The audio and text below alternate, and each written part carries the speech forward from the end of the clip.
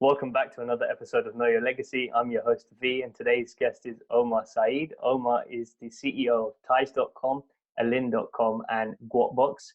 Even though he started with humble beginnings with no money or connections, he still embraced the journey of what it takes to become $1 million CEO. We've been trying to do this for months, man, so I'm highly appreciative of you taking the time out to share your wisdom and to share your journey today. Yeah, first of all, an honor to be here. Thank you for having me be on, but also thank you for being so patient. I know we've been trying to coordinate and it's been a hectic, you've been very busy and I've been very busy, so I appreciate it. No, most definitely, man. And we were talking on air, and I think we could have gone on for off air. Sorry, I think we could have gone on for a long time. So I thought, let's just hit record and capture the rest of this conversation. But Yeah. just to pull back the curtains a little bit for people who may not fully know who you are and what you do. From what I understand, you grew up in Afghanistan. So let's start there. What was it like for you growing up there? Yeah. So I was there until I was 4, and then my parents moved. I vaguely remember a few things, but we actually didn't live there very long. My parents sort of moved in the mid 80s, knowing, or rather anticipating what was going to happen. I don't think they had like any idea of the extent of the sort of like, um, I don't know, the strife, the civil war would, take on, or the life it would take on. But they sort of like anticipated what would happen. So they moved. We actually moved to India for about 6 to 8 months. We were in India. We lived in Green Park, New Delhi, or back then, Green Park, New Delhi, and we lived there for a little while. And then my parents sought asylum, political asylum in Holland, and that's where sort of like where my formidable years were. And I went to elementary school there, and then right at the onset of going to junior high or pre-high school, my parents moved to the States. And we've been here in LA since the mid 90s. And yeah, so that was the sort of like journey. What made them move out to India, like from Afghanistan? It's quite an interesting move. So initially in the 80s, the government had this soft approach towards people leaving Afghanistan, especially people who were highly educated. They didn't want a brain drain. They didn't want a bunch of educated people who held higher positions in the government up to leave, for obvious reasons, of course. And then towards the mid 80s, they were confiscating passports, and it was becoming really a complicated process to leave. And the real exodus started happening for people with means in the mid 70s.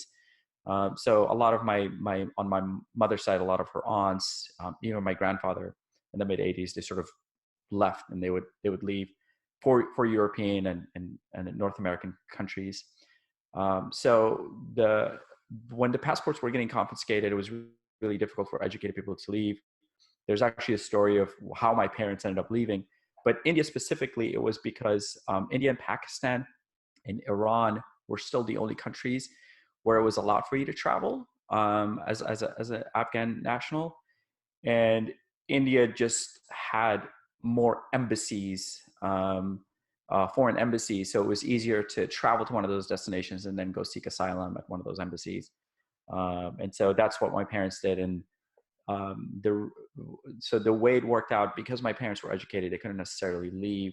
So my dad had to lie and create a second identity for himself and pretend that he was not educated, and spent like a better part of 6 months sort of like growing a beard to this level. My dad's a sort of a clean cut shaven guy, and even to this day he's a retired guy. He wakes up in the morning and shaves, but he sort of like grew his beard out to like this level, and then he would go and pretend he was like this uneducated man who needed to get a visa to go to India because he was going to buy goods like nuts and lagoons and all that stuff and bring it back to Afghanistan and do business, which a lot of people did. They would go to Pakistan, India, and Iran and sort of bring, goods back for resale. which by the way is one of the reasons why business people aren't respected in the Afghan community.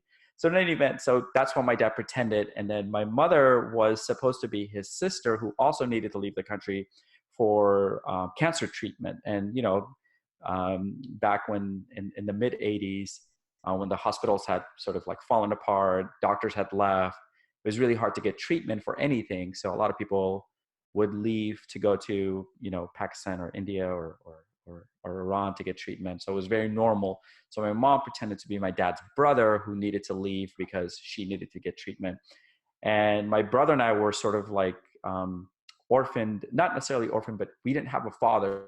So we were my mother's only children. And, of course we needed to come along. And so that was the story. And so my mother and father traveled, taking a handful of photos, because they would stop people at when they were checking you in at the airport. They would stop you. They would go through your bags to make sure that you weren't traveling with heirlooms or you weren't traveling with photo albums, because there was like nightmare stories about people getting turned back, knowing that, because anybody who takes all their photos on let's say a vacation or, a business trip, something is happening. So, but I also vaguely remember my parents would have, they like sold the contents of their life, but they would do it sort of in secret.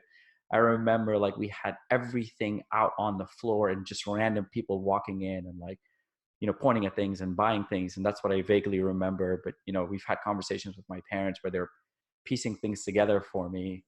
But yeah, so they sold like everything, like clothes and dishes, and it was all sort of being done in secret. And because my parents had means, we lived in a well-to-do sort of like area where we had a guard. And so you couldn't trust anybody. You didn't know if the guard would go and tell on you. And so even they, like the people who were coming to shop, they would come in as like,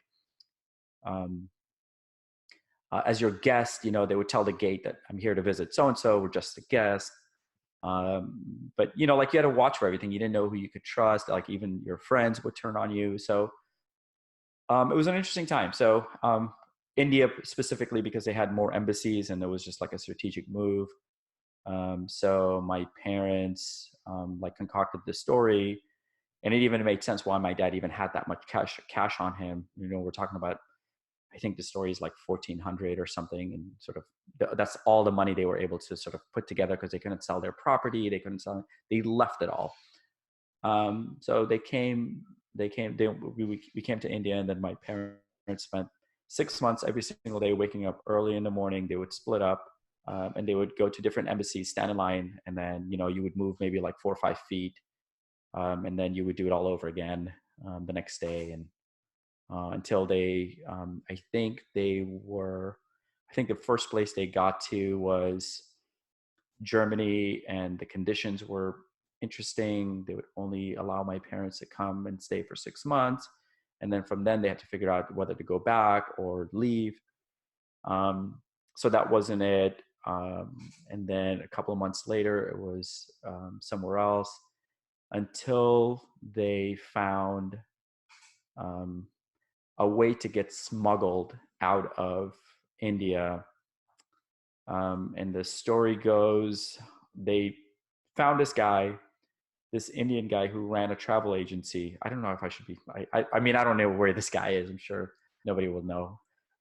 But so this guy was basically smuggling people. And they got to, when we got to Holland, so it was supposed to be a tour. We went to the Czech Republic, which back then was called Czechoslovakia. We went to, where else did we go? A bunch of like Eastern European countries. And then we were supposed to be in Holland on a tour for like 3 days or something. And then my parents never left the airport. And then we sought asylum there, which was, interesting on its own. We lived in the airport for about 4 days. And then my parents' asylum was sort of accepted. And then, ended up in the refugee camp. We're there for a few years. And then, 2 different refugee camps for a few years. And then we ended up moving into a small town in Holland. And that was, it's a, like when you tell the story, when you think about it, I think for people like us, it's sort of like, okay, it happened. It happened to my cousin. It happened to all of my cousins, rather, right? It has happened to almost everybody I know who comes from sort of my background. I'm sure, you have similar stories. And so for us, it's just like, yeah, okay. But I think other people here, they're like, oh my God, that sounds like a nightmare, you know? But I've also told this story enough times, although I think this is the first time I've ever told a story publicly in this manner. I don't think I've ever gotten into it like this. But yeah, so it just, that was the story. But in a long-winded way, that was the reason why they chose India. Yeah, no, it's funny you say that because most people from an Asian kind of background who come from the eastern part of the world, it could be applied to other parts of the world. I don't know the whole world history because I'm sure this has happened everywhere. But you're right. Like my mum came from India to Kenya, and then from Kenya to the UK. My dad was born in Uganda, and then when the new president Idi Amin came to power, he kicked all the Asians out, and then they moved over to Scotland and then to London as well. So it Right. definitely has happened. But as you said, it's difficult for us to feel like shocked by it because it's so normal. Because my dad was telling me stories about my grandfather and how they put him to gunpoint, took all the gold jewelry because obviously it was an Indian family, so we had jewelry, my grandma's jewelry and my auntie's jewelry and stuff, which they were young at the time, and they had to give that all up, otherwise they would have been shot on the spot. And then you just come with nothing, and then what they end up doing is just starting businesses because that's the trade they know, right? Like that's the trade they know is just to sell something and then just to build on that, and selling the things that they know people want to buy. So over there, it was jewelry and watches and radios and stuff like that, and then they've just continued that down here. But what is it your parents did then? Because you said a lot of them were sort of highly educated, and I guess you class your parents within that field as well. Yeah. So my mom had a master's degree, or has a master's degree, I guess. And she was in banking. And my father has a PhD, and he worked for um, the some department that dealt with agriculture, and he was so he was like a nascent graduate by the time they left, and I think he was like somewhere where they basically came up with the budgets for what province gets how much money, for whatever reason. And there's actually a really interesting story about like right as like Civil War was sort of on the bricks of breaking out, the government had approved something like $7 million to be dished out. And we're talking about like early '80s or mid '80s or something. And the government entrusted like 7 people to take $1 million each and just to go to different parts of Afghanistan and like disperse this cash, right? Like physically, there's no wires, there's no wire transfer, there's no banking system, right? Like you physically have to take this cash and like take it over. And so he says the government had one helicopter. So basically like one person would hop on it and they would go to a province, stay there for a couple of days and like sort of like come back, and then somebody else would go. And they also did it because they didn't want like one person to leave their family for like 7-8 weeks. So they just did it in such a way that it was fair. And he said, right at that time, there were 4 people who literally like stole the money. They just left with it because they were like, this government is going to fall apart. I'm going to give it to somebody. Nobody's going to have any accountability. I'm just going to take this money. And then he said 2 people ended up getting killed on the way over there. And then he and his and then he and his friend, or was it just him? No, one person ended up getting killed on the way over there, and he and his friend were the only people who actually delivered this cash. And so he's like, to him, that's like a point of pride where he didn't take that money, it didn't belong to him, like belonged to the people. And so and like I used to like get really mad at him when I was young for taking that money, millions of dollars in the '80s. What are you kidding me? But as I get older, I'm like, man, that takes a lot of gumption. I was watching this documentary with this guy named Dreyer, who, if it wasn't for Madoff, he would have been the biggest scam artist, sort of Ponzi scheme scam artist of the 2008 sort of like financial downfall. And if it wasn't for Madoff, he would have been the biggest one. And he said, in the documentary, he said, very few people have the opportunity to come to this line where they have to question their ethics and their morals at this level. And he goes, very few people actually even have an opportunity to come here. And for those who do get to that line and they don't cross it, he goes, I commend them. But he goes, most people who have an opportunity to get here, they cross the line no matter when. And he goes, until you have, I think what the point that he was making is until you make it to that point, you can't pass judgment, right? And you know, I feel the same way when it comes to, you know, sportcasters or people who haven't like really achieved anything, and they're talking about athletes on the field, and they're like, oh, he should have, you know, I would have done it this way. But you're like, yeah, but you weren't there. Like, you can't armchair general a decision about whether or not a point guard should have shot that, you know, 3-pointer, or whether or not that, you know, Messi should have passed that ball versus shooting it. It's just, you can't make those calls if you haven't sort of been at that level. But yeah. So my dad worked in the, I guess, Department of Interior. I should probably ask what specific department he was at. And my mom, on the other hand, was in banking. And then yeah, when they left, they lost all of that status, both sort of like socially, but also economically. What age were you when you came to LA then?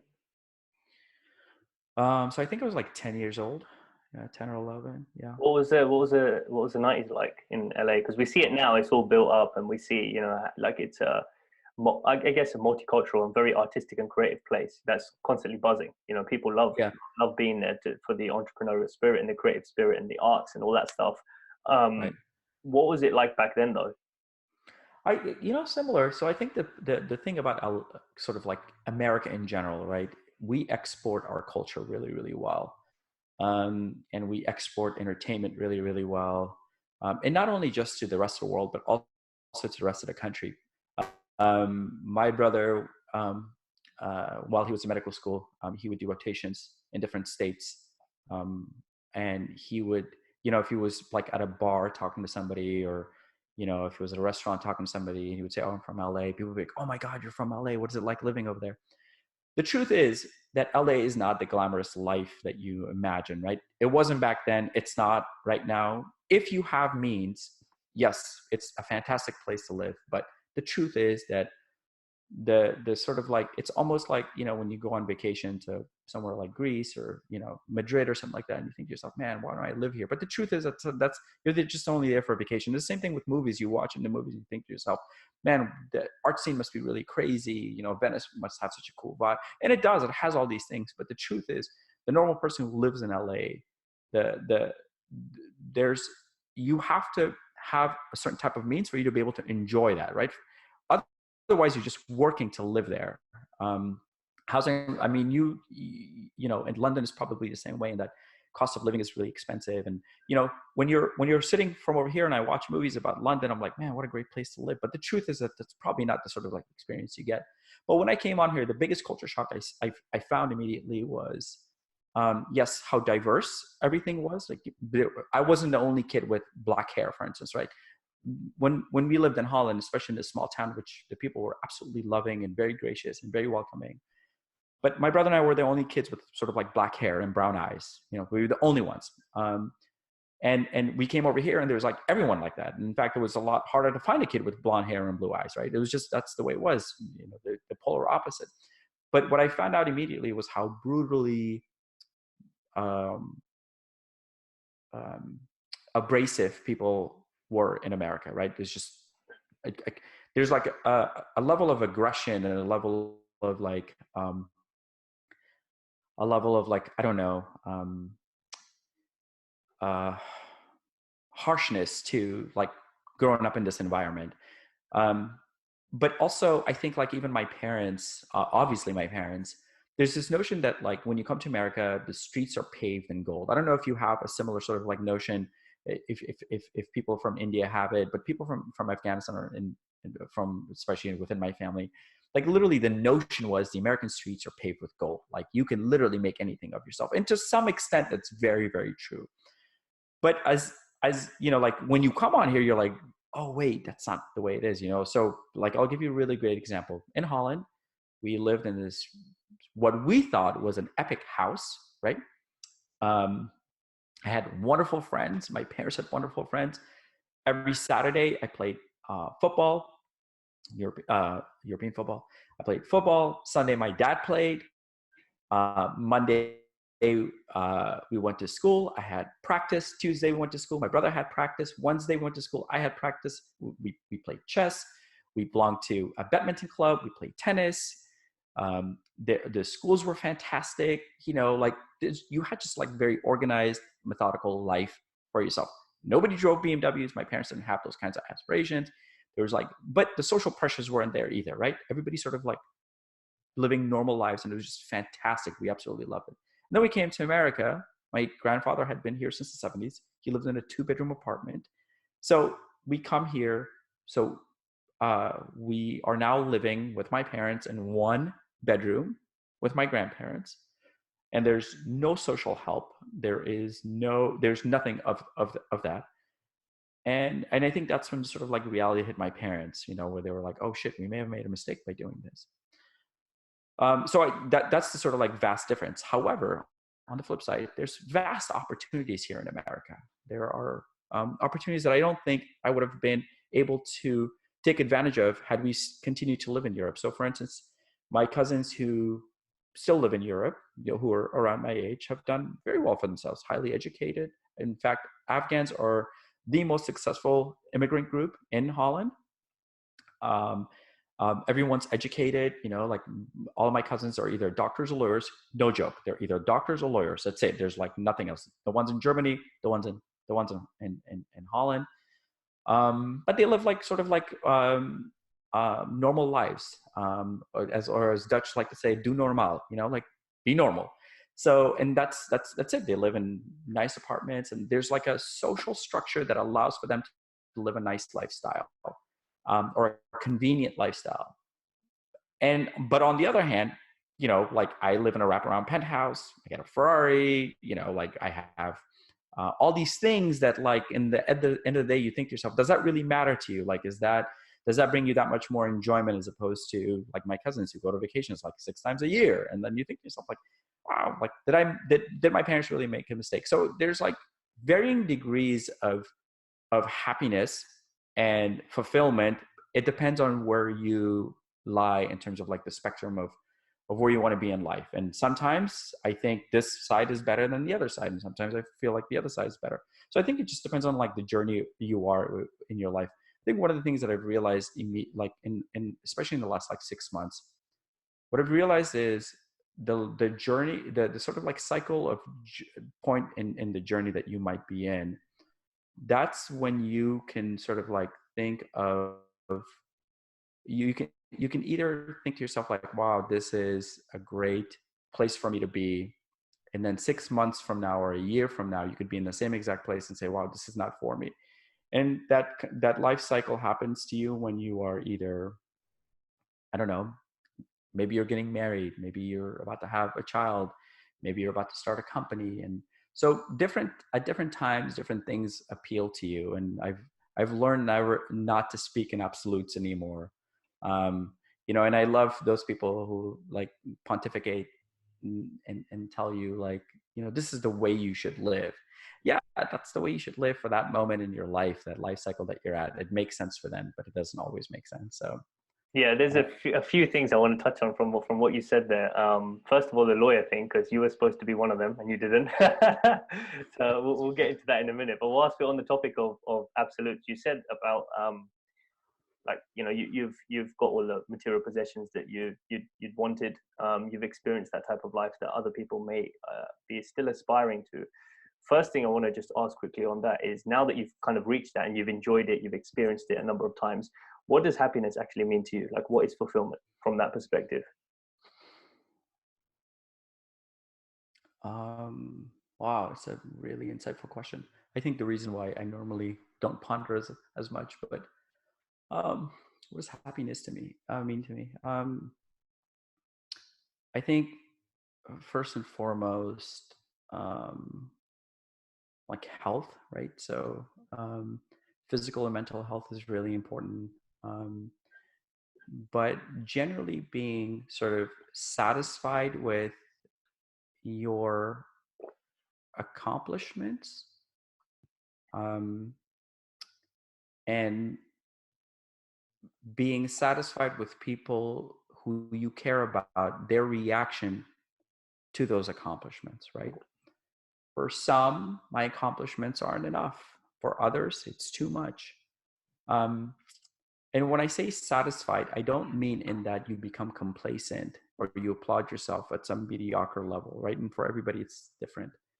I just mean satisfied in the sense that you don't have wishes that your capability isn't able to accomplish. So, for instance, you don't have these notions of flying in a private jet, and then you languish over the fact that you don't have that, and you're saddened by it, and you allow it to dictate your happiness because you don't have that and your friends do, or you see it on TV or you see it on Instagram.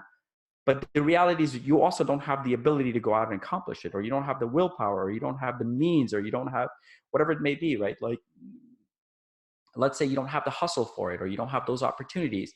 But to base your happiness um, on something that you're incapable of accomplishing, then I think that's what really affects people, right? Like, happiness comes from a place where you set a goal for yourself that's accomplishable for you, and then you go out and get it. If you set goals for yourself that are completely unrealistic, if you live in some village, let's say in Kenya, right? But your goals are to have the hottest nightclub in LA, but you want it in Kenya, that's an unrealistic goal, right? You can have maybe the hottest club in Kenya, or you can have the hottest club in where you live, but you can't have that expectation if you live in Kenya. And I think a lot of that's what a lot of like sort of like lack of happiness comes from. We set these notions in our head, and we set these goals for ourselves, or these dreams that we have of who we want to be and who we're supposed to be, that are that are maybe realistic, but we never go out to achieve those things. Like, maybe you want to have a couple of Ferraris in the garage and vacation twice a year and live in a really great neighborhood, but then you watch Netflix every single night, right? And then you're unhappy about the fact that you don't have it. If your ability is incapable of achieving those goals that you set for yourself, that's where I think people fall in the trap of being unhappy. I think happiness really comes from you setting goals for yourself that you're capable of achieving, and then you go out to achieve those goals. Happiness comes from a purpose, and if you have purpose, then you never question your how. You just go out and do it, and that's where happiness really comes from, and celebrating those milestones along the way. But yeah, No, it that makes was, a lot of sense. that's It's a just, really long one. yeah. No, I'm glad because from what I could see, it got you thinking a little bit to to pick out some examples. But no, I'm glad because Absolutely. from all the people I've spoken to, one thing stays consistent is enjoying the process, because you can't hook on to a milestone that's way out in the future. You might get there, you might not get there, but you don't know when you're going to get there. So you can't wait until you reach there to be happy, because then once you're there, you've now trained your brain to think, okay, happiness is in the future, so let's now set the next milestone. And then it just becomes a loop, and you get to 60, 70, Yeah. 80, and then you realize, and you're telling your grandson, like, it doesn't matter at that point, because you haven't experienced it, you haven't embodied the feeling of fulfillment. So you can't really tell someone else how to do it, or how to experience it, when you haven't done it. So I'm glad that you had that realization and shared that. But the other thing I wanted to actually touch on was, really quickly, you mentioned about the what was it you said about the being able to enjoy the luxuries you were talking about. And I said that there's two sides to every coin. So you have all the money in the world, and people at that level have all the money in the world to buy lots of food to eat, but you may have digestive issues or health problems. Just generally, it doesn't have to be digestive, but just as an example. On the flip side, people who aren't as wealthy can't buy all the same foods, all the same luxuries, but they have good health, so they're able to enjoy the little food that they do have. So there's always two sides. That's what I liked when you said about absolutes, because it's something that I was thinking about recently and studying quite closely, and it's everywhere. Yeah. There is no absolutes. And I was talking to that about with talking about that with another guest, and he was talking about the rules of the universe, and I know that you've read The Alchemist, so you've understood that story, and you know the messages from there. So I can send you the book afterwards. It's called The Kabbalion. I don't know if you've heard of it. It actually breaks down each of the principles of the universe. It's a really good book, and it talks about duality, which is this whole thing about absolutes and halves. That's interesting. Yeah. Yeah, I please forward it to me. Um, I'll buy it. Yeah. Most Okay. definitely, I will do. So the other thing is going back to the lawyer thing, lawyers and doctors, your family. So what was the age when you started to go into the direction of law school? And did you think about business before that? Like, did you know in your mind, okay, I want to own a business one day, or I want to do my own thing, or was it always doctor or lawyer, and I have to choose between the two? Um, I don't think it was. So I grew up in a household where I knew education was like that was the only means that I had, right? Like I didn't have a father who like was a hustler or who was, you know, like had a business or, you know, like he was home every single day with his suit on at like 5:30, helping my mom make dinner. You know, I grew up in a very egalitarian household. You know, if my mom, if my mom did like, I don't know, wash clothes and clean the house, my dad would do, my dad would cook. But my dad was home every single day at 5 o'clock. So I grew up in sort of like a thought where I didn't know there was any other option. Like I didn't know, but also I grew up, I'm considered a senior millennial. I didn't grow up with like, oh shit, drop shipping or, oh, I could like run Facebook ads like that. That was like, oh, I could do digital marketing. Like when I was graduating from high school, websites was becoming a big deal. And I had a friend who like had opened a company where he was making websites for people. Even then I was like, oh my God, this is just weird. Like you're not going to go to school. I mean, and you know, it's funny. Like I ran into him a couple of months ago. Maybe about a half a year ago. And, you know, he's like one of those like internet millionaires and, you know, but when we were 18, 19 years old, when he had just graduated from high school, he literally went down, like I went to uh, Manhattan Beach High School, Maricosta, and he went like down the street into like middle of downtown of Manhattan Beach, which even back then was an expensive part of town. Like rented an office above like the store, and he was like making websites. And I remember this one time I went over there, it was like this messy place. There was like skateboards everywhere, and like people were just like hanging out while like people were coding in the back or doing whatever. And I was like, man, this is weird. This is what you do. And I felt that was so weird. I was like, so what's the longevity of this? What are you gonna do with it? But like, you know, so, but I also grew up in a, I also grew up like having it in me.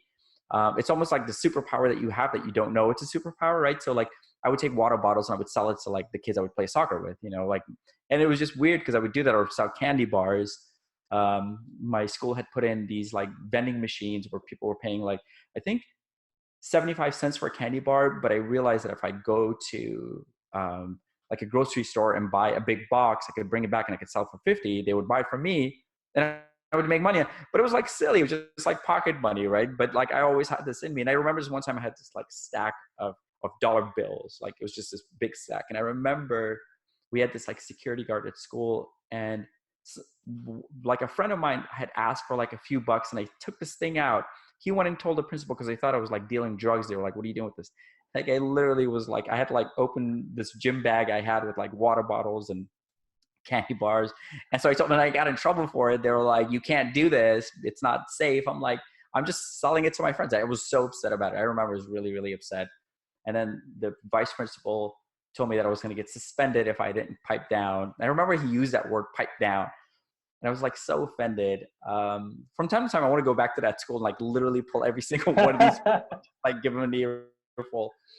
Um, but yeah, so I grew up in a household where that was like, I knew like I had to get educated. But to answer your question, when did I make that decision? I think that decision was made like somewhere freshman year, where I realized like medical school was not for me, right? I kind of knew that in high school because like chemistry was just, I couldn't deal with it and it just didn't interest me at all.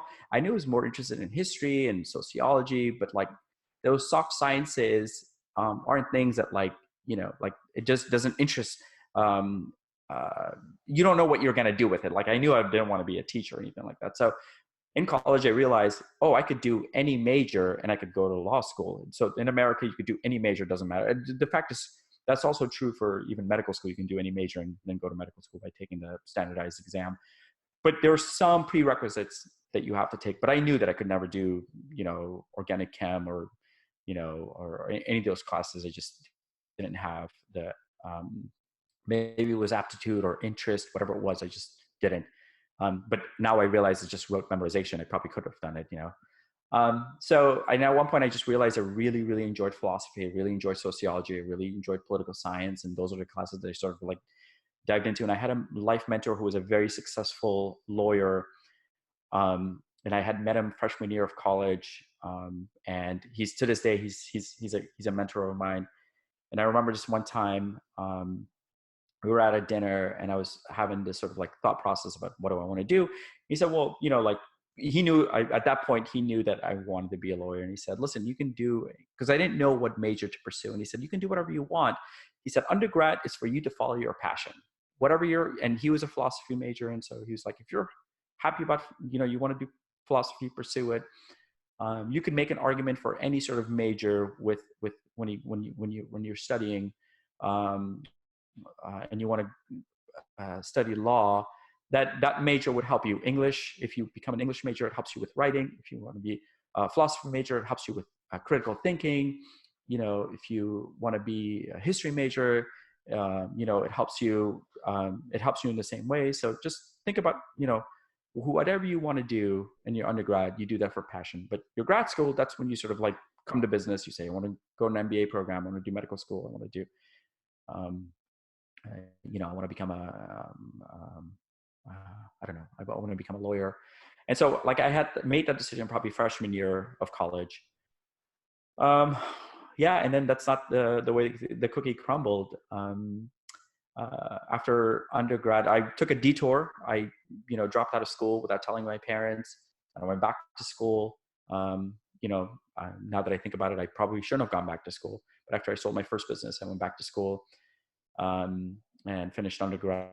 And then while I was in undergrad, I had started a business, and then it kind of, like I didn't have enough time to study for the exam to go to law school. So I took a different type of an exam, and I got into grad school, a 2-year grad program. And so I did bioethics for 2 years, or it was a 2-year program that I finished in 1 year and got a graduate degree then. And then I applied to law school, and I was like, this is not what I want to do. And I was really unhappy. And I remember coming home telling my parents that I didn't want to do it. And yeah, and I think it was some days I think it was the best choice I ever made. And other days I was like, man, I should have just done that, and I would have just had a job somewhere and, not have to worry about all these things. So just, again, no absolutes. How did that conversation go with your parents? Because assuming the fact that, they were happy that their cousin or their nephews and nieces or whatever it might be were doctors and lawyers, and you now wanted to do a U-turn. Truth be told, I think my parents, this is what happened. So, in immigrant families, a lot of our parents sort of like pride is predicated on the accomplishments of their children, right?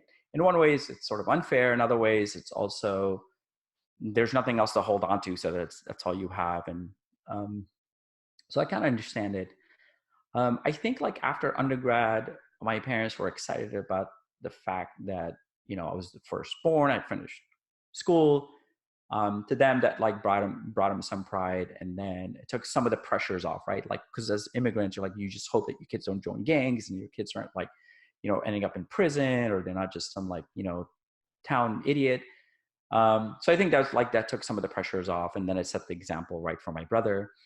And then once I got into graduate school, they were like really happy about it, and then I finished the graduate program, and I think that showed them at some point. I had some success with businesses outside of it, where when I went back to them and I said, hey, I don't want to do this, the conversation was like really awkward. I remember my mom wouldn't even look in my direction. And my dad just sort of like, he's like, well, do what you'd like. And, and my mom, this is sort of her attitude, like whenever like she's ready to give up, she says things like, you and your brother do whatever you want anyway.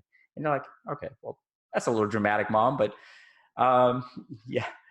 Like it was tough, but it wasn't as tough as like how unhappy I was. And I think for them, it's also like really, the Japanese have this like notion of first, second, third generations. And it's the idea of like the first generation of immigrants who come, they worry about like, sort of like the basics, shelter, food. clothing on your back. And then the next generation, like becomes lawyers and doctors. And then the generation following that, they do like things that I did, for instance, like sort of like soft sciences. And then the following generation is the generation, like my children are probably going to be the kids that are going to want to do like, like they're going to want to be artists and musicians and stuff like that. But that happens because you attain a certain level of wealth, comfort. And so for them, they couldn't understand. They're like, I remember having a conversation with my mom's cousin who was a doctor. He had just become a doctor. He like looked at me. I remember I was like in 6th grade or 7th grade or something. And he goes, what do you want to do when you grow up? And I was like, I don't know what I'm passionate about. He looked at me and I swear to God, he didn't slap me, but I felt this slap. He was like, who gives a shit about your passion? You become he's like, you think I like being a doctor? He's like, I don't care. To this day, this man hates being a doctor, but he makes a shit ton of money. He loves the money, right? But he was able to help out his family. Like they've all done very, very well for themselves. But he was just like, it's this like immigrant mentality, like who cares what you want to do? And I think some of that was with my parents also, like, kid, who cares? Like, become a lawyer. But it's also this idea, it's an outdated notion, right? The notion for them was, listen, you go to school, you get a really great job, and you work at it, and you work for 20 years, and you're going to be taken care of. So I understood why they wanted to do it. The problem is that society shifted. And I consider myself lucky, I didn't have any fortitude. I consider myself lucky that I was able to say, you know what, fuck it. Can I? Yeah, I can. Yeah, you can. Yeah. I was the kind of person who said, no, this is not right. This is not for me, right? But it wasn't because I had fortitude. It wasn't that. It's just something that didn't feel right for me. Because had I done that, had I, let's say, go get a job at McKinsey or at BCG, or whatever, one of the big fives, or had gone to work at a law firm, Latham Watkins, whatever, we've gone to work at one of these great companies, great firms, then what happens? There's no loyalty. There's no company loyalties. Right now, the unemployment rate is 4% in America. Do you know why it's 4%? Because this whole gig economy, right? So this is what's happening. So on the one hand, you have all these massive reports about how the economy is doing really well, but at the same time, people aren't earning the same thing. Companies are earning massive profits, but people aren't. So the kind of person that in the pre-2008 was earning, let's say, $120,000 to $150,000, was an executive at a company, has now been let go. This person has been forced to go start a consulting company. So they technically make more money, but they actually make less money because now they're paying for their own taxes. They're paying for all this stuff. So on the one hand, society has convinced these people to think to themselves and say, hey, at least I'm my own boss, to take on the projects that I want to do. Great, that's all fine. Maybe it fulfills you, but it fulfills that person. But as in general, that what's happening to society is that we're making less money, but we're happier about it, right? So you have Airbnb, where people are Airbnb-ing the extra bedroom in their apartment, or the extra bedroom in their house, or they're buying properties just so they could Airbnb it. People Uber for a living, right? These sort of companies have allowed people to make side money, but not make more money. So companies have, in a way, been disloyal to people. But on the other side, people themselves don't have that same fortitude. So we had this conversation earlier. I had an executive meeting. There's this recently there was this article that came out that I was reading, and it talks about like millennials, education for millennials, and how it's shifting, and how it's shifting for Gen Z, and whether or not that's good or bad. But one of the points I was making was a side point that I was making. Millennials are costing the U.S. economy $30.5 billion a year because they can't keep a job, right? There's multitude of factors. There's a myriad of factors, but let's just distill this for 1 second. You have somebody who comes and works for you as an entry level, right? I'm a senior millennial. It was different for me, and it was even more different for some of my business partners who are a little bit older. But you go get a job at a company, and you think to yourself, I'm entry level, really what I'd like to become. Let's just say we're going to use marketing. I'm an entry-level marketing person. I want to become a marketing coordinator, from marketing coordinator to a VP, and then a director. That's sort of like the general sort of like ladder. My generation and the senior millennials and those who came before me, you went and worked at a company. The company treated you right, and you sort of like went through it. You had some shit days. You had some shit months. You had some shit projects, but you worked at it. You worked at your skills. and you sort of steadily made money. You took care of your responsibilities. You learned skills, and you applied them, and you made a difference in the company, and then you were taken care of. And accordingly, you made more money, and that's the way it was. Nowadays, you come into a company, you learn a few things, maybe not, but immediately you think to yourself, well, the path in this company takes a really long time for me to become a director or whatever I'm aiming at. I'm just going to go join this other company. So you come and work for 6 months for me, 8 months somewhere else, 10 months somewhere else. And then you have this like rotation of like people coming over here working for, actually as a general rule, don't hire somebody who hops around so much, based on sort of some old notion of principles. But like even now you realize $30.5 billion a year that is costing us to maintain this sort of like, I don't know, this notion that people don't want to get their feelings hurt and nobody really has any zeal for success.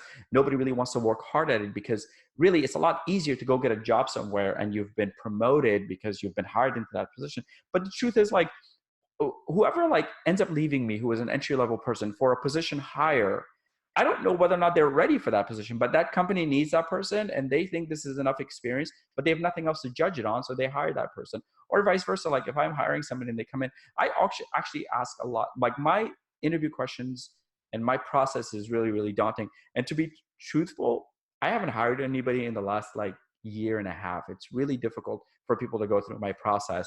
And for the most part, I either call people's bullshit or they look at this process. I literally had somebody fly in to do an interview with me who had been hounding me on social media. And this person came, and I think after I laid it out for this person, I've been ghosted ever since. Like, just because I think they realize like, wow, that's an intense person. And that's cool. I don't want that person to be here anyway. Like, and maybe this wasn't the right opportunity. But yeah, I hope that answers your question. I know I digress. I got super passionate about that. No. I know you did. That's why I just let you talk. But no, just on that topic about hiring, we were talking before about a certain car dealership and how they promote their staff were promoting their customer service and the way they were handling your situation. Tying in with what you talked about hiring, from your level, then, if you're hiring a person, what is it you look for in them? What's the kind of process? You don't have to share all of the questions, but like, what's the mindset behind it, so that people know, okay, when I'm walking into a job, corporation, whatever, this is what's expected of me from your point of view, not just some random article that you read of, template questions, Right. Yeah. I actually, if somebody does research there, my questions are floating out. I actually did an interview with those questions in there, so you can find the questions. Okay, cool. But briefly, I think if somebody is looking for a job, it has to be a symbiotic opportunity for you, right? The company has to have a need for you and you have to have a need. The company has to serve a need for you. If you are looking to become the best dance instructor, don't come work for me, right? Like, that's not what I do here. But if you want to become the best marketer there is, then this is the right opportunity for you, because I give you a sabbatical, I invest in your future education. You have virtually an unlimited book allowance, but it's usually $100. Nobody spends more than that, if anybody ever spends that money. But you have these opportunities for you to learn. And that's not just in marketing; it's also for our dev team. It's also for our creative team. But the truth is, most people don't take that opportunity. Most people don't want to do it. So if somebody comes into me, what I look for are a couple things. Number one, I want to know whether or not you are passionate about the thing that you are trying to achieve, and whether or not you have alignment with me. These two things are important for me. So if you have passion for what you do and a passion for my company, then it never feels like work, and you're constantly doing it. And whether or not I can find alignment. And alignment really comes from like, okay, I'm hiring, let's say, somebody who comes in and I want to hire him, but ultimately really what they want to do is they want to own, I don't know, let's just for argument's sake, they want to own a dance studio, right? But they're coming to me to apply for, let's say, I don't know, being a coder here. They want to be part of my dev team. I don't know if I can find alignment for you, right? Like this, I want somebody who's really passionate about coding, not somebody who wants to run a dance studio. So what's sorry to just cut you off there, but just so people, just so that it's very clear for people. So would one of the questions to find alignment be like, what's your ultimate vision, or what's your ultimate dream, or something like that, for you to see, okay, long term, is this job a part of that vision? If it's not, then there's no point. I ask, what is missing from your current situation? Mm, okay. So if you tell me, um, can you hear me? I can hear you. Yeah, go for Oh, it. okay, good. Yeah. So if I say, what's missing from your current situation, and you're like, um, I don't feel like I really am passionate about coding, but I only know Python. Really, what I'd like to learn is a little bit of, um, you know, I really want to sort of like learn architecture of coding, and I want to learn the back end. I really don't want to be like cubby held into doing front end development. I want to do more than that. Awesome, join my team. But again, if you come to me and I say, what's missing from your life? And you say, wow, I'm really searching for meaning, and I've always wanted to own a sandwich shop. I have a hard time finding alignment for you because I can't help you, right? Then my motivations are gone because I don't know if I can continue investing in you, because I know ultimately you just want to go run a sandwich shop. That's awesome. Then let me connect you to some friends I have who are restaurateurs who can like take you on, and you can work with some of them have restaurants that are Michelin star. Then you can go work for those organizations where you can sort of like go through that process and then open a bistro restaurant or a bistro sandwich shop and do really well. This isn't the right opportunity for you. You shouldn't take this opportunity, because then that's where the $30.5 billion comes in, right? Then I've invested money in you, sending you to seminars, sending you to speaking engagements, giving you books. I have invested countless hours, like telling you about my philosophy, telling you about the company, what our mission is, what our goals are. And then you work for me for a year, and then you come to me, you're like, hey, that restaurant idea, I really want to do it now. My boyfriend and I are going to start it. That's not fair to me, right? That's not fair to my company. It's not fair to everyone else who's here, who has a passion, who wants to see this company go to the next level. So that's why I always ask, one of the questions I ask is, what is missing from your current situation? Because that gives me an opportunity to find out whether or not we have alignment. Because for me, it's important that I can fulfill that alignment for you. You spend more time with me than you do at home, right? I spend more time here than I do with my wife. I see these people more than I see my parents, than I see my siblings, one sibling. uh, I and the reverse is true here also, right? So therefore, it has to be somewhere where like I can fulfill you, you can fulfill me, and therefore, I feel like this is the problem with today's sort of like Fortune 500 companies, that I think as corporations we have failed people, right? And therefore, there's a sense of resentment. That's why, like when when people leave those companies, they're like, yeah, forget you. I'm just going to, yeah, I'd rather drive for Uber and not make as much, because at least I have my own schedule, right? And that's, in a way, those companies are empowering those people to leave. But I think on the other side, there's also like now this vicious cycle, I believe, right? Like even companies like me or like mine, where we have nap rooms, allow dogs, do Friday lunches, provide snacks. Even for me, like I get categorized into that, and you can't help but feel personal about it, because you think to yourself, like, I don't do that. But here's the problem: those millennials, they go to restaurants and they hear their college friends, they hear their boyfriend, they hear their girlfriend talk shit about their company, and they come back, they're like, yeah, you're like that too. And you're like, do you feel like it's like that here? Yeah, well, I've been working here for a year and I haven't gotten a raise. And you're like, okay, well, that's not the way it works. It's not how the real world works. And then they're out searching for a job, and then they leave. And it's cool, because you know why? The grass is always greener on the other side. I can't tell you how many people who have left here. Recent memory, I can name 6 names, which I won't, but there's 6 people that I can think of in recent memory who've left me. And then they've come back and they're like, hey, is there another opportunity for me? Because, I thought, like, we've had an engineer who left us who was like, hey, wanted to go work for a really great tech company. And then I realized the technology that we were working at Tice.com was much better than the technology that was at a tech company. And I realized the CEO listened to us, and we realized that like the CTO listened to us. And I realized like I was working on much like cooler projects than I was over there. And now I want to come back. And then you think to yourself, like, well, do I want to hire this person back? But the same is true for marketers who have left me, right? Like they've left me for much bigger companies with much better benefits. And then they realize, like, wow, the level of autonomy I had over there, the kind of projects I could take on, the things that I was doing was a lot more like better. It was better for my development. Sure, I wasn't making maybe nearly as much money, or maybe I didn't have as many PTO days, but I was like having a better experience all around. But that's the problem. The problem is that we live in a time frame where we need constant motivation, we need constant stimulation, and the minute you get bored, society tells you that you're not moving forward, that you ought not to ever feel bored. And I think it's one of the reasons why I think our generation, my generation specifically, and the generation before that, they're successful in a different way because they, as children, like, I didn't have an iPad growing up, right? So I was allowed to feel bored. I felt bored sitting in a room, not, like video games really became a, like when we could afford it anyway. It was really a thing when we're like, I don't know, maybe I was like 9, 10 years old before we could afford a video game. Let me tell you something. My brother and I really wanted video games. We couldn't afford it. We lived in Holland. I had seen an ad for a Nintendo for 24 gulden back then, or guilders. And I couldn't believe how cheap this was. And my dad was like, this is not, I forced my dad to go across town. We biked over there and we get to the store and we buy this thing. My brother and I are excited. It's a Game Boy. It's not even like Nintendo. It's the Game Boy, right? Like it's not even the phone one. We're excited. We come back home. We're super excited about it. We open it and there's nothing inside it. And we go back and the guy's like, no, this is the carrying case for it. This is not, or we're like, oh, okay. My dad felt so bad. He said, you guys were like heartbroken. So he ended up buying us a Nintendo, right?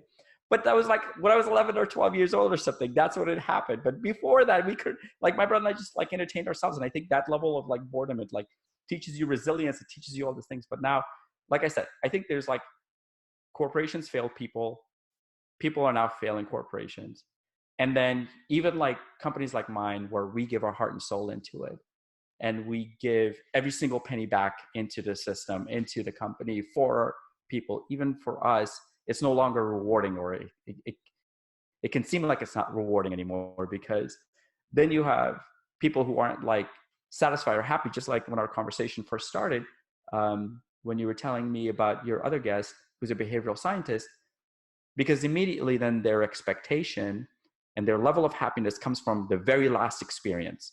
Not the 12 years they've been here, not the 6 years they've been here, but literally the last experience they've had. And then they judge you based on that, because that's what like, that's the sort of like deterioration of like culture where we're at. That's the level that we're at. Yeah, because attention's always like 5, 10, 15 seconds, so you're only focusing on the 10 seconds in front of you, and then then you move on, you forget, and then you move on. Yeah. But yeah, just to quickly check, because there's a few more things I want to ask. How are we doing for time? I'm sorry, we were breaking up. All right, yeah. Can you hear me? I can hear you now. Cool. Yeah. I was just going to say, before we go into a few other questions, how are we doing for time? We're good. We started a little bit late, so we can push stuff back. I do have a hard stop in about 40 minutes or so. Okay, cool. We'll be wrapped up before then. Yeah, cool. Definitely. All right. But yeah, no, I was going to say, so I think one of the things that's difficult based on what you were saying is like a company like yours, a lot of the interview process, it seems like you do, maybe a few of your colleagues do, but it's kind of tight knit. So you can control that. You make the decisions, you can control that, you can see it through. When it's Fortune 500, I was thinking exactly the same thing when you said it. I was like, yeah, I know where you're going with this. That process doesn't get filtered down. So then people can't replicate the same tightness of the interview process the way that it's done at the top. And then it just becomes weaker and weaker and weaker and weaker as you go down. And as the corporations get bigger, it just gets worse. And I think, yeah, absolutely. Yeah. I agree with that. Yeah, no, definitely. So I didn't actually think of that before you mentioned it. So I hope that it opens the eyes of people who are listening, that they really need to think about their vision before they're going for a job. It's not just for the money, but what's the plan long term? Like how is this going to help you? How is this going to be a stepping stone for where you ultimately want to go? So right. It makes a lot of sense. But what's the one question that you wish people asked you more?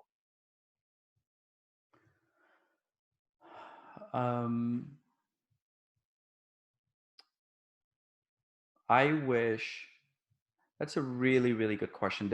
So there's different departments, but I guess like an overarching question that I think everybody should ask, regardless of whether they're applying for a job here or anywhere else.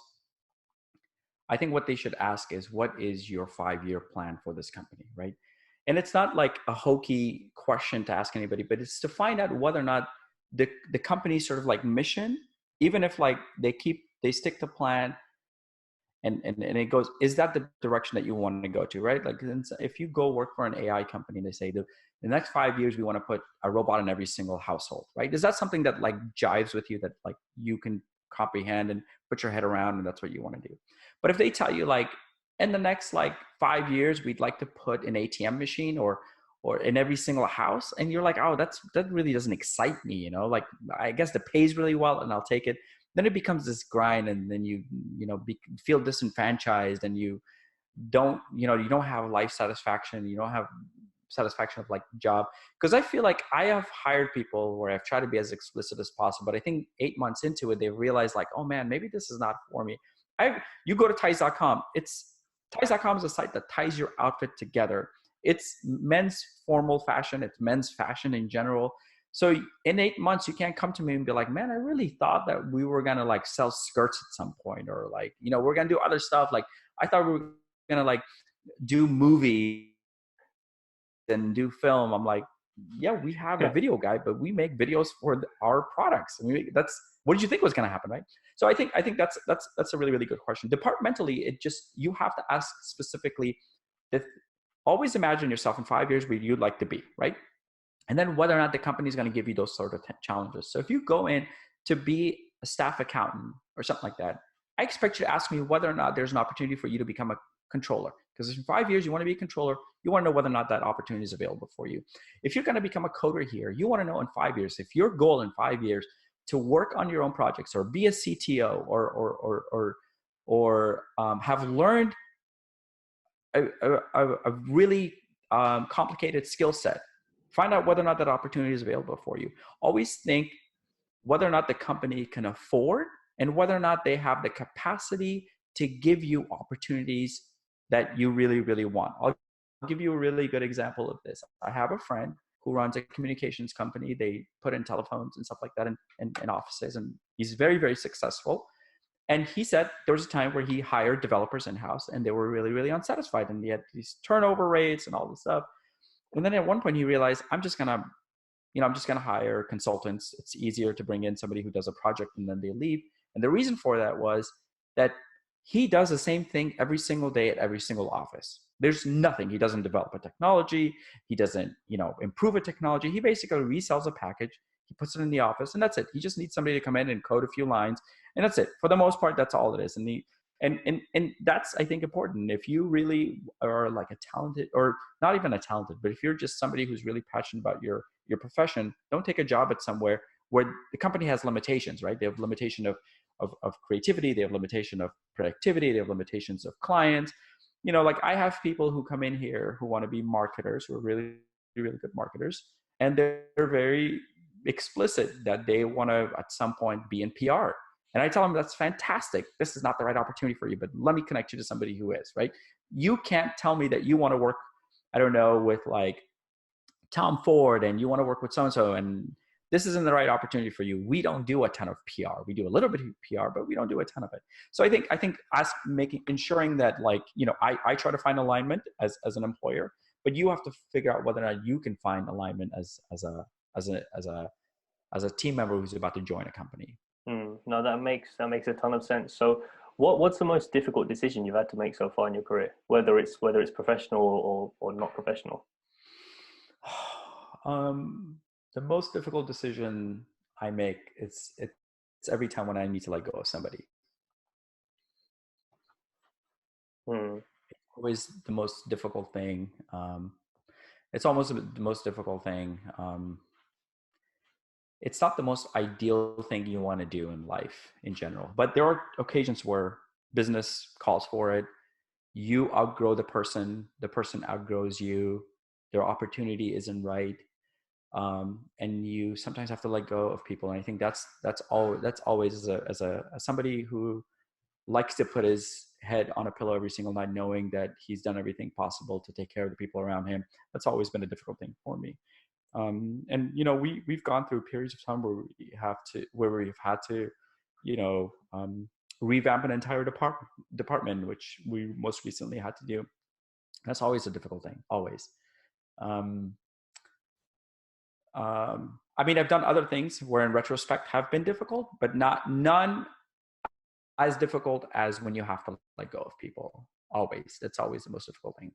Yeah, most definitely. I can only imagine because they've been serving value or not been serving value for X amount of time, but you've definitely invested time and money into that person. So it's like, is it worth it now, or should I wait a bit longer?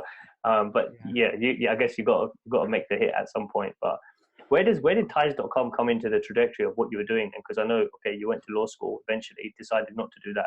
Was Ties.com the second business then? Because I know you sold the first one off. It was the third one. The second one was also sold off in sort of a hostile takeover, which I didn't quite understand back when I was a little bit younger, a lot younger. So I had a consulting company which was doing really, really well for itself, but it wasn't fulfilling. Um, and I can't remember whether I met Morgan and David or I think I met them and then we had a conversation. And then a few weeks later, I sort of like followed up. Really wanted another client is really what I was looking for. And the business really appealed to me because I had e-commerce background um, and I kind of looked at the companies and I felt like I could make really great impact. And I also liked Morgan and David's personality. They were just sort of they were really different and they were a little bit older. And so part of me was also like, I'd done businesses with other people who were sort of either my age or they were family. And so what I was looking for is maybe like, wow, these guys have been doing this business for a long time. Maybe they have things that I can learn from. But I know I have stuff that they can learn from, right? There was this alignment and I had worked out the scenario in my head and I reached out and we contacted and coincidentally they were at the time looking for a chief operating officer position that they had been interviewing for, and they're like, hey, you want to come in and interview for this position? And I remember even then, which I like to this day, I kind of give them grief about, they had 13 direct reports, department heads, and I interviewed with 13 people. Like we sat in a conference room and honestly, it wasn't overwhelming. I don't get anxious or anything like that. But what really like now, like sort of like even now kind of like irritates me is the idea of we're going to make a decision by number, right? Like we're going to vote for this. This is like, I can't even imagine bringing, somebody in operations right now where like I allow everyone in the company to be like, hey, I vote for this, And that's how they did it. And they, because nobody really wanted to take responsibility, including none of the business partners. So Morgan David didn't really want to make that. So he like what they were allowing to do, this was like sort of like Morgan's decision. He was like, look, if I was going to bring in a boss over everyone else, I wanted everyone to be sort of like in on it because they had hired another chief operating officer who had failed miserably. And he just wasn't the right fit. And like they blamed him for it. They're like, oh, you hired the wrong person. So he's like, fine, the next go around, you guys are all involved. So nobody can point fingers at me. But I think there's like something insidiously wrong with that sort of a decision because then nobody really takes responsibility when something goes wrong, right? Then you can just say, well, like we all decided on this, and because nobody takes ownership of it, you're more likely and you're more liberal about the idea of you're okay with the idea of it going wrong. And so that's why I think I have a problem with it. On the other side, I like the idea that Morgan was allowing everyone else to sort of like be in on this decision. But I think it helps you evade when things come to, like when things come crashing down, you can just pass on the responsibility to everyone and say everybody else was in on it. But that's not a critique of it, but I'm just sort of on a personal standpoint. In any event, yeah, so I came in and interviewed with them and I saw some stuff that immediately I thought was wrong, some stuff that I was a little like confused about, and other stuff where I was like, wow, I could really learn from this experience. And then I think they were interviewing some other people who were a lot more senior than I was, both in experience but also in age. And, that was the biggest issue. I was 26 years old. There was a lot of fear of whether or not I was just going to be this hotshot who came in for 1 or 2 years, made a name for myself and left. Other people were concerned that I was too young and I didn't have enough experience and that this company was already like going along. And I think there was only like one person who was just like, who cares if he's here for only 1 year or 2 years? If he makes an impact, that's what we need. And I have to give a lot of credit to Morgan and David, who are older than I am, who just like allowed the 26-year-old to come in, and then they sort of like persona and sentia stepped back and said, let him do it. Like I think I've said this before, but I don't think I could let a 26, 27, 28-year-old come in right now and be like, let me do this my way. And I'm like, all right, cool. See you later. So there's like a lot of things that they allowed in the very, very beginning that I don't know if I would do the same right now. But it's also like different. Like I was a different person, and I don't, if I can find someone like me, maybe I would. But who knows, right? Like they didn't know me any better. They just had met me a few times. And yeah, so that's how that came about. And then I came on board, and I actually worked as an employee for about a year or so before we really had any conversations about like equity and vesting schedules or anything like that. But that was a very early conversation I had with them. I sat them down. I said, listen, here are the books. This is going to look really good. And if I'm going to put in my sort of energy, time, and soul into this, I have to really wind down my consulting company and sort of like either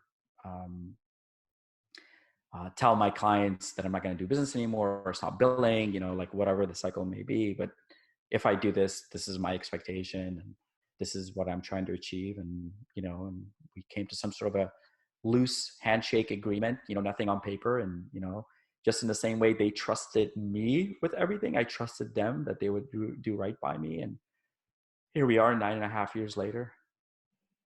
Oh, congrats. For nearly Yeah. a decade. That's insane. But I mean, just to shed some light on the issue that I guess people who've reached that level of success have on social media is that you take snapshots of your life, and then people think, oh, this is it all. So I want to just pull back the curtain on what is the real life of a CEO at this level, multiple companies, who's having to run a family, who's having to run himself, who's having to look after employees, make all of these decisions. Everything we talked about, you're dealing with now, right? Otherwise, you wouldn't be able to talk about it. So from the moment you wake up to the moment you go to sleep, what's a typical day?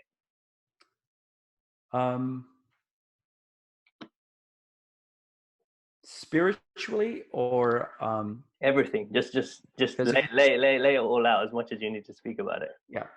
The truth is, most people in my position, right? And this is true for all of my friends. I won't name names, but this is true for all of us, right? There is the natural humanistic notions that you go through where there's constant self-doubt, right? Like, am I making the right decision?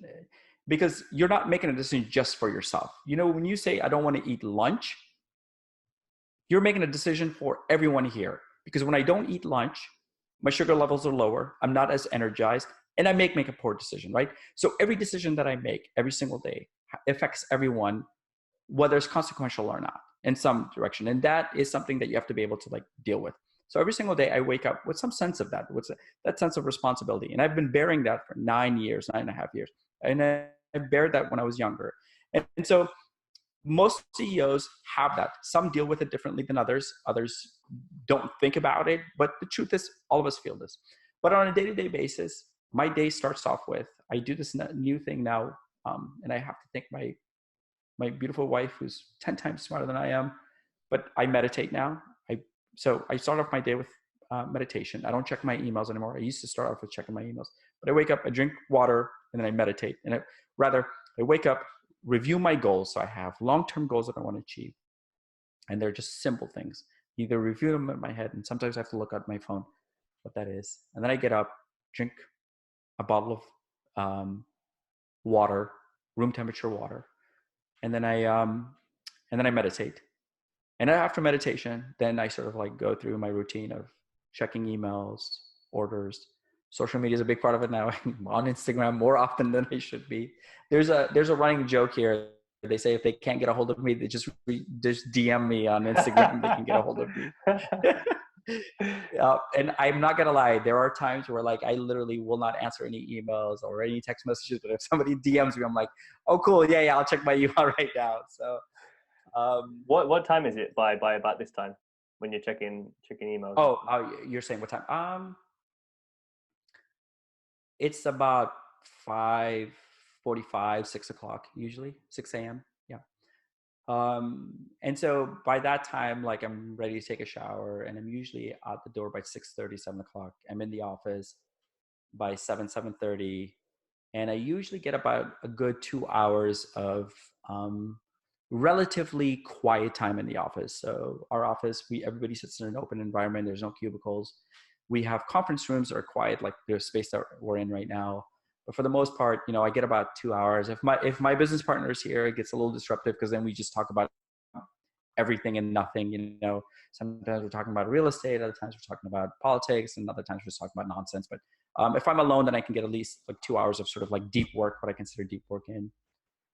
And then like everybody walks in, and then sort of like the daily grind starts with meetings and questions and decisions that need to be made. And there were, for about 90 days. This is years ago. This is maybe 5-6 years ago. For about 90 days, I tracked how many decisions I made. Back then I think I tracked something like 117, 118 decisions on average on a daily basis. Everything from like, hey, we're ordering these pens, how many should we order? All the way down to, hey, we're about to spend $40,000 on these Facebook ads, like what should the copy say? Like just ran the gamut of decisions, about 117, 118 decisions. I have to estimate, I haven't done this because I don't have the time for it, but I have to estimate that probably has doubled now in terms of like the amount of decisions you have to make. And the truth is, and I say this all the time to my business partners when twice a year we do executive meetings, I tell them every decision that we make, no matter how inconsequential, has lasting decisions for people below, for people who come work for us. And as silly as saying, hey, we want to save 2 cents on pens, right? And we did this once, and I was really upset at my business partner. We ordered these pens, and they came in, but these pens wouldn't work. Okay, it was just like a silly decision where it doesn't mean anything, right? You're like, yeah, these pens, whatever, right? But those pens came in, and they're not the normal pens that we have. And those pens literally became this bane of my existence for like 6 months. We had a big box of them, but they wouldn't work. My business partner had found them on Alibaba or somewhere, and it shipped like a giant box of them, and they just wouldn't work. So people would like, literally you would hear people throwing them against the wall. Like people are like, these pens suck. And you hear them hitting the trash can. And like literally you would sit in meetings and people are like working and they're like, and they're like angrily, and I remember to myself, like, I wonder if I can calculate by the way, this is how my brain works. I'm like, I wonder if I can calculate all the moments somebody gets angry and then they lose their train of thought and then they have to like recompose themselves using this pen. Like how many times has that happened during the lifetime of us owning these pens? That's 6 months. How much like time, energy, efficiency have we lost in these pens? But that's what I'm trying to say. Like every decision that you make has these sort of like impressions. And you're right. At a small company, you can measure all these things and somebody can say, hey, we should need to measure it. At a bigger company, you can't do it anymore. But yeah, so then, like I would say, I spend the remainder of my time, in meetings, setting goals, meeting with department heads, that kind of stuff. And then I rarely ever eat alone. If I do even eat, I haven't been able, I usually go to lunch with somebody on the team or somebody like a friend or somebody. I always try to meet somebody for lunch where I feel like I can expand my knowledge or learn from, or I can teach somebody. And then my nights usually end with a meeting, some sort of a dinner meeting, whether it's with my mastermind, whether it's with friends who run companies, or my nights end with, or rather, my evenings begin with having dinner with my wife where we debate everything from politics to religion to how to raise children, even though we don't have any. But my wife is a very, very smart girl. And so we have constant debates about almost everything in life. And then my evenings are usually spent working a few hours. And then my nights end with me reading something. And I now can't put myself to sleep without reading stuff. So that's usually the day in a life of sort of physically anyway. But yeah, there's like emotional sides to all of this, like emotional tolls it takes, but yeah. That seems like a fully packed day.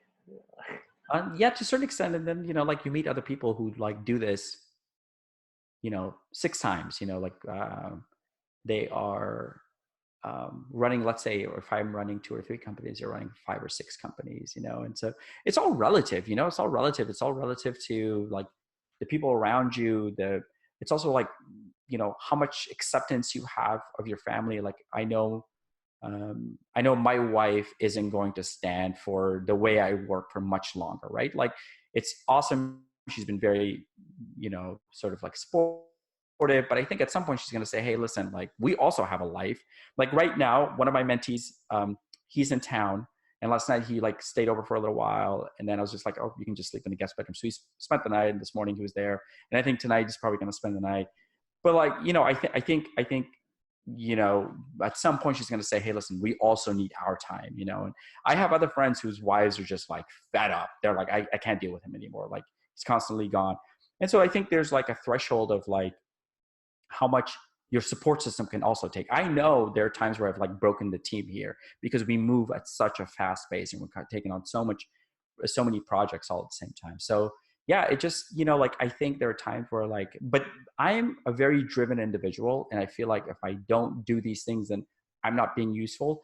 But it's internal somewhat, but it's also this like very Americana culture about this idea of forward movement, you know. And I know in Europe it's different. There's a really fantastic book called Hidden Champions. I'm sure you've heard me talk about it, but that sort of like personifies the mentality towards business when it comes to a European company versus an American company. You know, if we're not growing well into double digits, then you might as well be dying, right? Like that's the sort of like mentality here. And so, yeah, you know, like I think, like I said, I think there is a lot to be said for the way um, someone of my position handles their day versus someone of my position, let's say in Europe, handles their day. Because Yeah. I do have friends who run companies in Europe, and their day is not like mine. It's just, you know, but they also don't. They also focus on a very niche product or very niche sort of like. I think that's just sort of like, I don't know, the way sort of like European companies are set up. They're very, very specialized in many ways. Yeah, yeah, no, I'm glad you touched on this point because it just gives an idea of what, you know, what life is like for someone at that level. But just real quick, I just want to say I was talking to a friend recently, and we're talking about relationships and stuff, and being able to balance every area of your life. You know, like fitting in the health and the meditation and making sure you're on point, because that ripples onto decisions you make for the rest of the day, then the work that you do, and then the relationships that you have as well. Because you can't really feel fulfilled if you've just got one thing and the rest, everything else is dying in your life. And the relationship part is what we talked about. And we said, look, relationship, it's you. So male, female, or whatever it is, but just for sake of example, male, female come together. And then it's this, the relationship is this third thing that's born, almost like a business. The business isn't you, it's the collective thing that makes a separate organization. And that has to be fed with efficiency, money, whatever it is, decision making. Same with the relationship. It needs to be fed time, effort, value, the same thing. But we forget, and it becomes one-sided. So I think that could be a whole different conversation. But it was just interesting that you brought that up because I think a lot of people can struggle with that. But yeah, just to go No, into. I mean that's a really precise way of putting it. You're absolutely right. You know, like the company becomes a relationship of some sort that hungers for growth and learning and input. And it's the same as like being in a relationship with somebody. And you're absolutely right. And then people change also, right? Like, you know, when I met my wife, we were in our 20s. She was much younger than I am, but you know, and now we're in our 30s, and you know, like your sort of like life experiences change and your expectations change. Same is true for people who work here, and for people who like there's an evolution that happens with everything. And you have to be sort of like accepting of it. And so long as that, you know, and I hate using these buzzwords, but as long as there's some mm, life satisfaction out of it, the experience that you're having, great. But I also believe I'm a huge proponent of sticking through the hard times, because not everything is rosy. And I think that is the problem with society today. I think the minute we like something is difficult and we just want to run for it, you know, or we look at life and we think to ourselves like, oh my God, I haven't done anything in the last 5 years and I've been stuck in the same place. Right. You shouldn't change your job, or you shouldn't change your situation because you haven't moved. What you should change is the way you're treating these experiences, right? Like if you don't think you have moved forward in your job, well, have you done anything that has changed your situation? Or do you just want to change your situation inorganically by, like going and get another job. Yeah, that's one way of doing it. But, like where does that leave? Where's your sense of responsibility to where you're leaving or what you're doing? Like, You know what the funny thing is? You just said like this could open a whole different kind of worms. But what you just said about the person not doing anything for 5 years and then okay, grass is green on the other side. Maybe a new job will help. What we forget is that you're going to be there, and if you're not doing right, anything here, you're not going to do anything there. It doesn't matter right. because you're taking yourself there. Yes, exactly. Right. Yeah. And I don't know, it's an interesting process, but I think it's really difficult to get people to sort of like be introspective enough to make, um, for people to be introspective enough to say, you know what, maybe it's me. Maybe it's not my current situation. Maybe it's not my boss. Maybe it's not my spouse. Maybe it's not my friend. Maybe it's me, right? That's a very, very difficult thing to admit to. Even if you're willing to admit to it, maybe you don't take full responsibility for it. It's a lot easier to be like, oh, my boss is a dick, or he told me this, or she told me that. Like, it's a lot easier to say that than it is to say, wow, you know what? I have been coasting. Wow, you know what? I haven't been paying attention. Wow, you know what? I'm not learning any new skills, right? So if you're not contributing to the whole, then how can you say you want to benefit from the whole even more than you were the year before, you were 3 years ago? If you haven't changed, then how can, and especially if you're somebody like who has a director level position or who has something.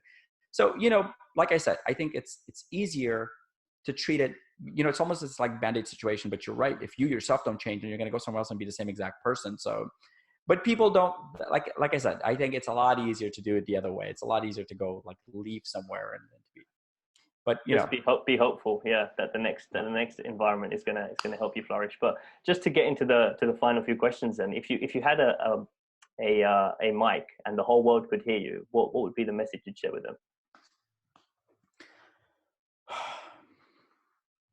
practice resilience by being persistent and being consistent. That's it. Life is always going to be difficult and it's always subjective. Your problems are difficult to you. There are people who are living much harder life than you are. There are people who are living much easier life than you are, but they view their problems equally as difficult as the ones you do. And the people below you also feel their problems equally. But if you practice resilience, this too shall pass, right? In Judaism, there's a thought where they say this too shall pass. Whatever time you're going through, your father's sick, you're breaking up with somebody, you're trying to have this like sentiment about what you want to do with your life. These are difficult decisions that you go through. You're moving, you're getting demoted, or you're getting these are difficult, stressful things. But if you practice resilience, you realize that this is not going to break you. At the end of the day, you're going to find another job. You're going to find another partner. It's difficult. These things are very, very difficult. Change is difficult. But the truth is that this too shall pass. You will move on from this. If you're persistent and the goals that you set for yourself, if you're persistent and you consistently do these things, then whatever goals that you have, you'll achieve. But the problem is most people have these ideas that they don't make into goals, they don't set milestones for, and there's no plans to achieve these things. And then they're unhappy about the fact that they haven't moved forward, the things that they want, the things that their friends have, the other people that they hear about on podcasts, and they have these like notions like, oh, I should have had that. I would have that if I had a better boss, or if I had a better organization, or if I was selling a better product, and I would be changing, I would be better. The truth is you have all these opportunities. You can do these things. If you're at the right organization, you can have all these opportunities if you yourself take the sort of like, you exercise the notion of like self-development and self-improvement. And so be resilient, be consistent, and be persistent. That's what I would tell the world. I love that because it can be applied to anything that anyone wants to pursue. If you were to think about actually, let me ask you this. What do you think is the biggest lie we're being told right now? The biggest lie we're being told right now? That you have to follow your passion for you to be happy. I think you can find happiness elsewhere. And, well, rather, let me rephrase that. In order for you to be happy in life, that you have to have your, that's, how do I concisely put this? I'm trying to think like, how do I say this in a way where it's not contradicting? That, that your work is the only place that you have to get your passion from, right? There's like all this talk about like passion. I even told you, like, my mom's cousin who didn't slap me, but I felt the slap when I told him that I wanted to be like, do something that I'm passionate about. But we have this notion that like, oh my God, the only way I can earn my money is through passion and passion alone, right? Like that's just, the truth is that whenever you're pursuing your passion, actually, you know what, I want to rephrase this. I think I figured it out. It's that to pursue your passion, that you are constantly happy in pursuit of your passion. That's the biggest lie that we were being told. We think my passion is, let's say, I don't know, is digital marketing. My passion is podcasting. My passion is, I don't know, training, exercising. But in order for me to pursue it, I have to constantly be happy in that pursuit, right? That's the biggest lie we're being told, because you're constantly on Instagram, and let's say you're a fitness instructor, you're watching all these other fitness instructors. They have all these clients, and their body is really in great shape, and they're like healthy, and they're doing meal preps, and like everybody's sponsoring them. And you think to yourself, wow, that person must be really, really happy. And I want to be, and that's my passion. So if I do that, I'm going to be happy. Like that's the way it's going to be. But the truth is, to actually follow your passion, it requires a lot of sacrifice. It requires a lot of unhappiness. It requires a lot of people doubting you, people that you're closest to doubting you, people who you think absolutely love you and would never be disloyal to you. Those people talking shit behind your back. That's the essence of sort of like the biggest lie that we're being told, that if you pursue your passion, then you will be happy. That's a really good one. Yeah, definitely, because you're gonna have to cut this so I sound intelligent. You can't like let me walk through this out loud. Your thought process. So I'm glad you did though, because it's a really good one, honestly. But yeah, the final question then before we wrap up: when all is said and done, what's the legacy you want to leave behind? Man, like it's funny because lately I've been reading stuff about legacy. It's just all fortuitous. Been reading about legacy. There's a chapter on legacy in this book that I'm reading. I just listened to a podcast that talks about legacy. I don't know if I am, if I have enough, maybe at this very current juncture, right? I don't know if I'm right now. If you would ask me that like 6 months ago, a year ago, I would have given you a different answer. But right now, I don't know if I'm concerned about a legacy, because the truth is there has to be a level of like achievement and narcissism that goes into it to say, I want to leave this legacy. Right. And,